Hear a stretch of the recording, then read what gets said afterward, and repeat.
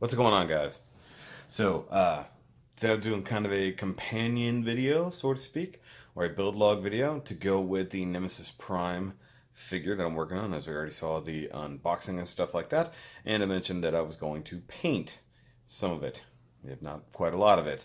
So, I've actually already begun the process by putting things on little clippy sticks, which is something new. I finally got some of these from Hobbytown. These are the Tamiya ones, probably a bit more expensive. It was like 13 bucks for, I don't know, 30, 40 of them. I don't know how many it is. Though I do wish it now I had the little cardboard block thingy that didn't have those.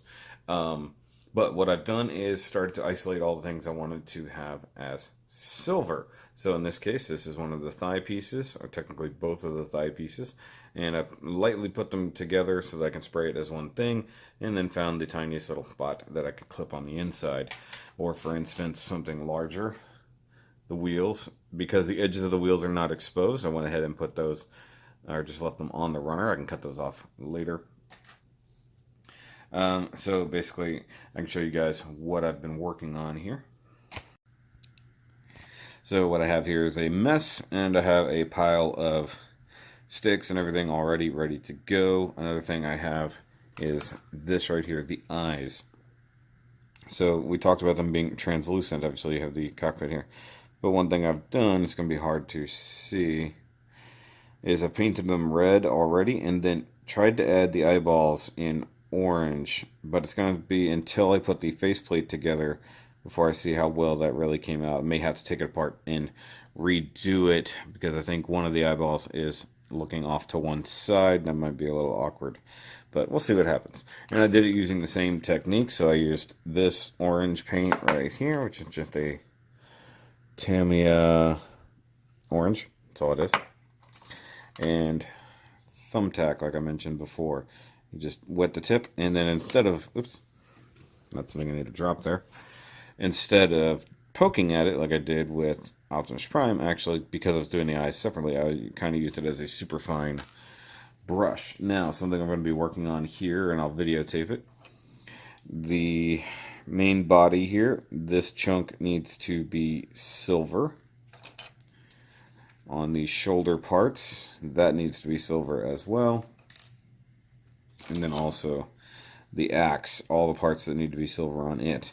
So I'm going to be doing masking for that. Now, unfortunately, I don't have... Oh, also, the legs, the back vents here all need to be silver. So it's going to be a masking nightmare.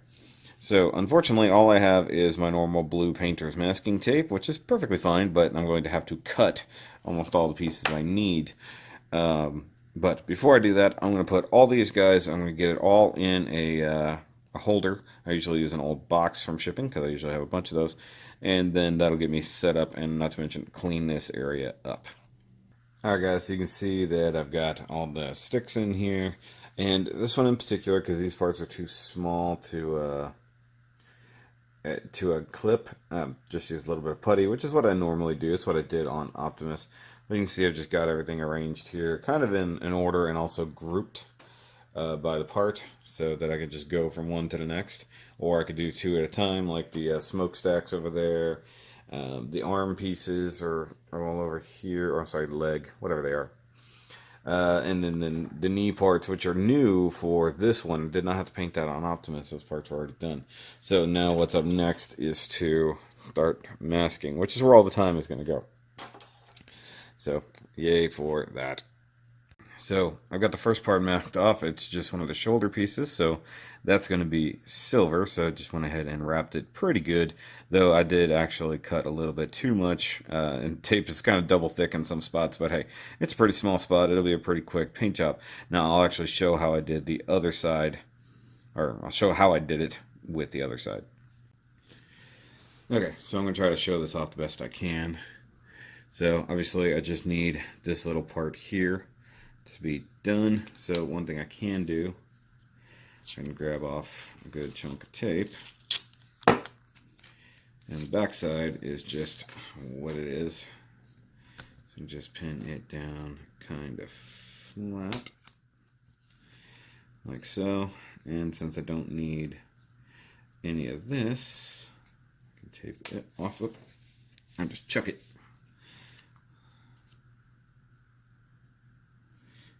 Now that's not what I wanted to do, but hey, it almost worked. I almost got full coverage on one shot there.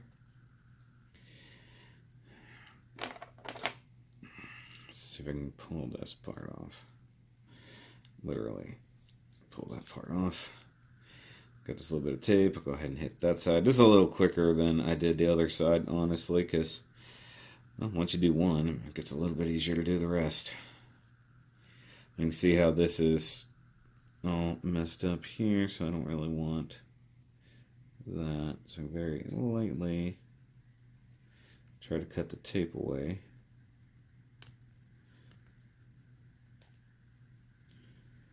Just kind of reveal the front there.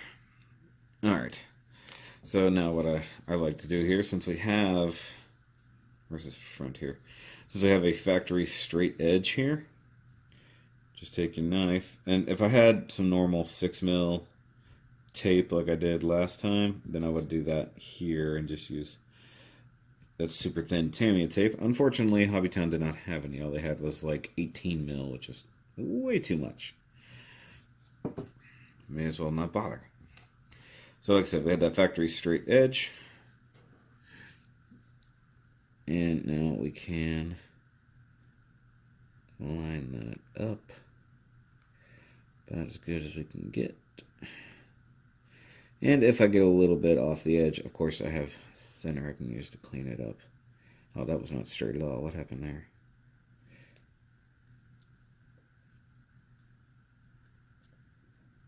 Okay. Let's see here. Kind of finagle it around a little. Get that edge exposed. Good thing is, because it's just painter's tape, you can kind of scooch it around almost like a sticker. I think one thing I want to do here is try to cut off some of this excess. There we go. Just rip that off. And we'll do the same thing. Find an edge here.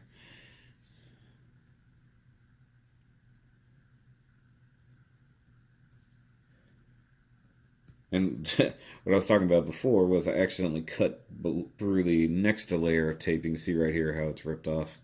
I cut too deep, so to speak. Okay, so sticky side is down. And we'll just come in here.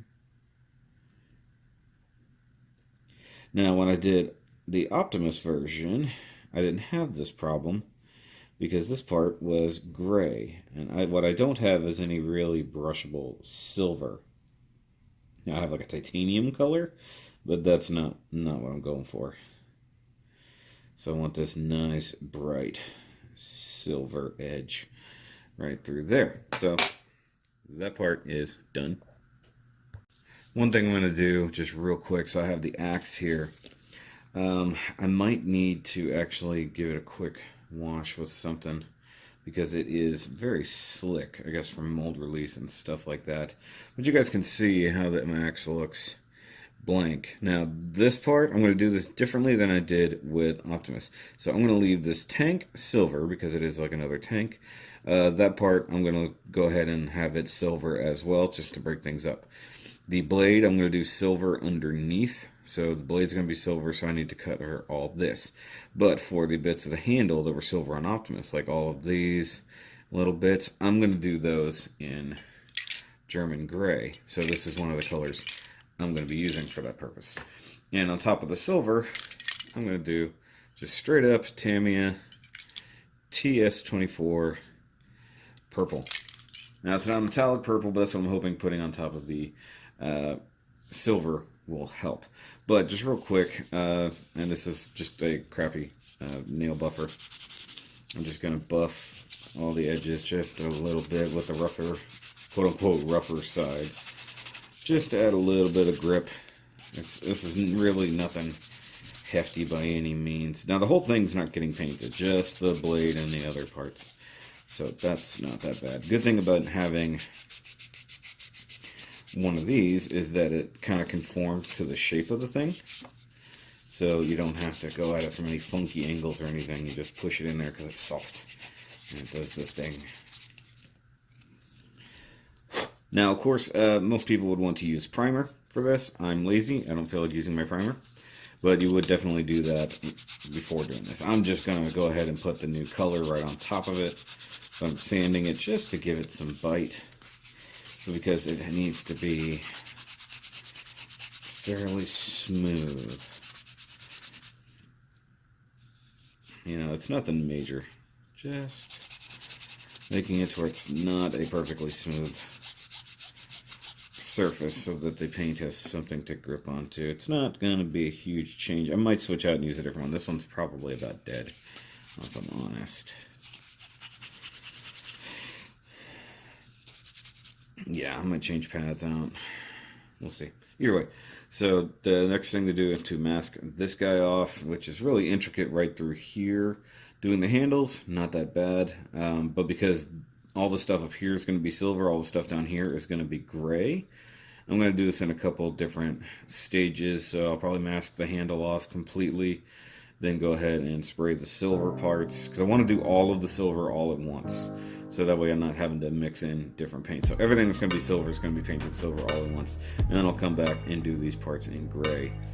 So that'll just change things up a little bit. But in the meantime, moving on.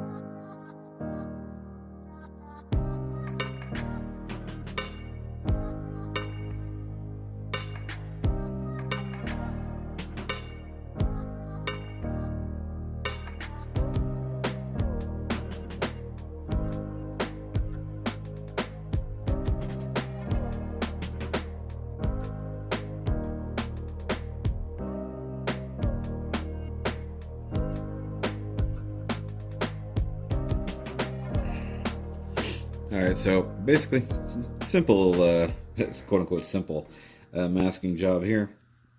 Wrap the handle, wrapped all this up here, tried to get the tape underneath the edges here. Probably have to tuck that in a little bit better so that only this gets silver, and of course this way only the blade gets silverized as well. These nubs don't matter, they're just where the wheels go. Actually, even the spot underneath really doesn't matter that much, but I can always try to cover that up.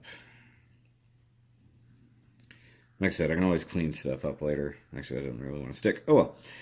Next thing up is the legs. This can be probably another pain in my butt. This would be, if I had the 6mm, would be amazingly easy, because I could just do all the things. It would be easier to paint the entire leg and then come back and paint the whole leg silver and then come back and paint just that part. And I'm doing it together, in case you guys are wondering. I put it together for the reason of being able to have consistent paint across it. And this is also where I wish I had brushable paint for this reason, because that'd be a pain in the butt. So I'm gonna go ahead and knock that out. Alright guys, so I skipped videoing it because my camera wasn't really dead, but you can see I masked off all of that mess into a lot of fine edge and just kind of tucked it in as good as I could, either using the knife edge itself or even the tip of the thingies here, and trimming off any edges with my old nippers here. No big deal, just a lot of work. A lot of work in masking is definitely worth it. So, and the fact that I only have to mask these off once, hopefully, is great. Of course, and then if I have any issues, I can usually clean it up pretty easily after the fact, hopefully. Okay, one more leg, and then the chest. The chest is going to be easy because it's just those little areas on the sides. So, moving on. Alright, so I'm going to go ahead and just do this. It's not going to take too long. So, pretty easy work on the chest.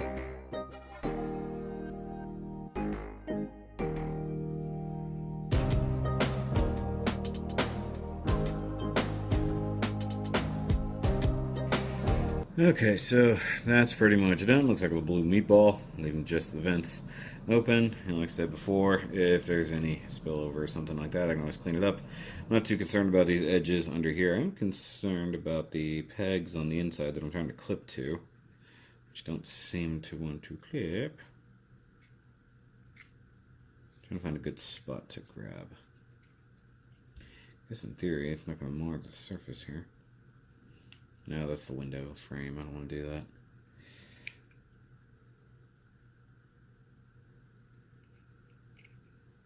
Just grab a hold of something and hold on. Okay, so that's about that. So I just have to do the other leg and we're good to paint.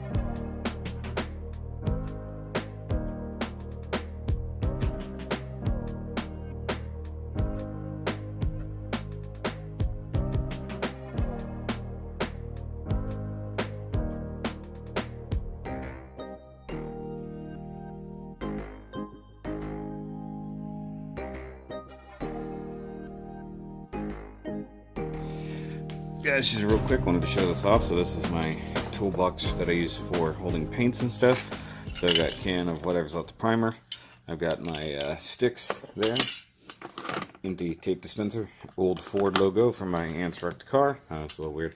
And then all the paints that I have that aren't new. Golds and reds and all the things like that. But what I really wanted to show off was one of the more important things you should have if you're going to paint. Friggin' air dryer.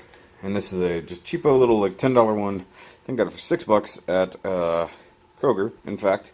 And every time I paint, I use this. So I go outside, right out there.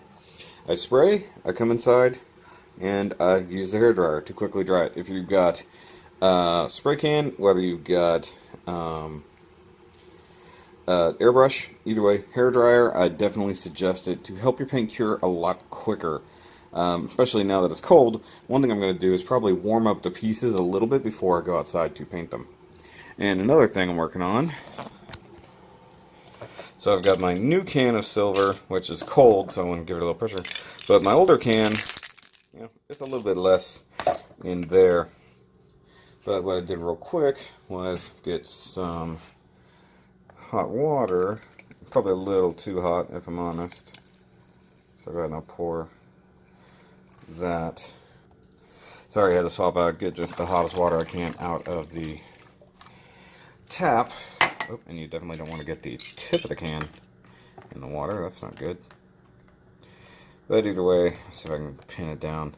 So that might be a little too hot, but basically going to let that soak for about 10 minutes or so, maybe 15, and then we'll make sure that the internal parts of the can are definitely a lot more pressurized, especially for an older can like this. Newer can doesn't need it as much, but it does help give it a little more propellant. So, all right, guys. So silver coat is done.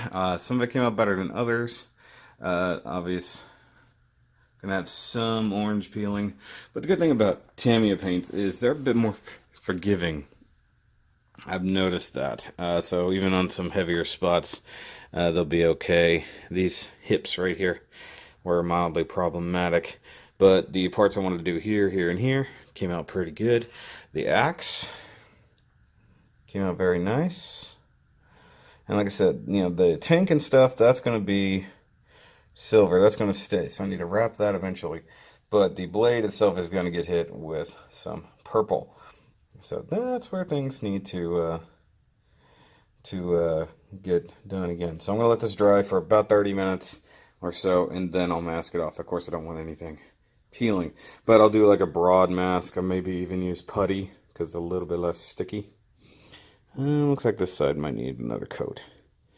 We'll see. I mean, a little bit of roughness is fine. Not going to hurt anything too bad. But even spraying outside with 40 some odd degree temperatures, it came out pretty well. And there we go. This side's a little bit nicer than the other, but still came out really, really nice.